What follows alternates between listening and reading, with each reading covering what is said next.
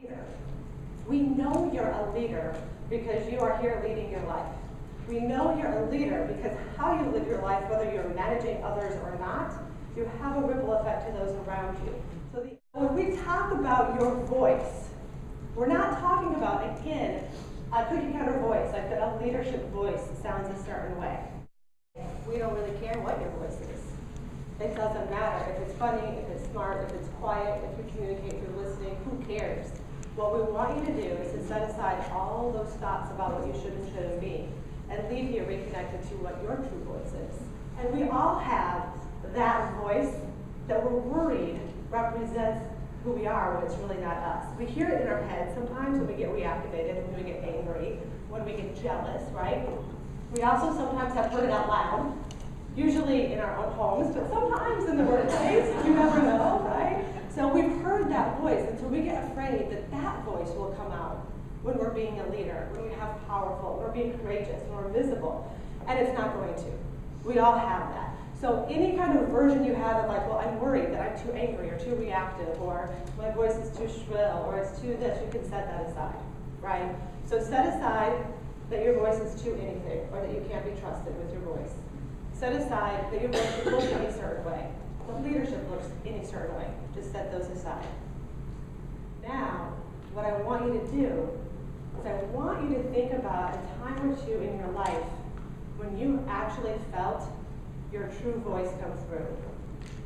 It could be in a work setting, so it could be when you're managing a project, lots of moving pieces, and the way that you actually guided people from point A to B was clear and confident and on target, and you loved it.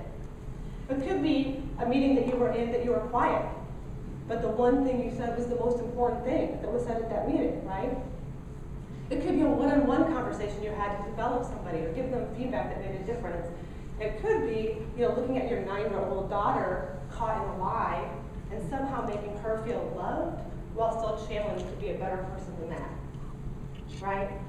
So right now what I want you to do is think about those times when you actually feel like, you know what? That's the kind of voice I want to be known for. That is the kind of persona that I have. That's me leading in the way that I'm most proud of. Now, your true voice, in those moments, how does it sound? Is it loud? Is it soft? Is it reassuring? Is it clear? Write it down for you. In those moments, what does my true voice say? What are some of the words that you actually hear yourself say? What is that voice known for communicating? Because people do hear it, whether you're speaking it loudly or not, they know you for your true voice. For the people who know you for your true voice, what would they say? That voice is known for communicating. This is all geared to have you get in touch with knowing your voice. That in those times of stress, when it really counts, what do you want to be known for? What are you saying? How does that true voice sound? And it's leading us to that last question, which is, I speak for blank. Now again, your voice doesn't have to sound a certain way. Whatever it is that your voice sounds like, whatever it's saying, whatever it's known for is exactly perfect. Yet as women leaders, as women in the workforce, we need to have a motivation to actually speak.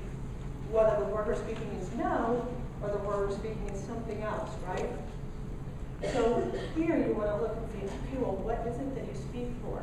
The sum of all those boxes, in those moments where you actually had your true voice come out, what did you speak for?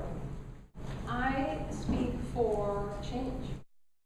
I speak for peace of mind and encouragement. For those who can't. Fairness and equity. I speak for the people who don't know any better. I speak for improvement. I speak for justice, firmness, and progress. I speak for the future! I speak for love.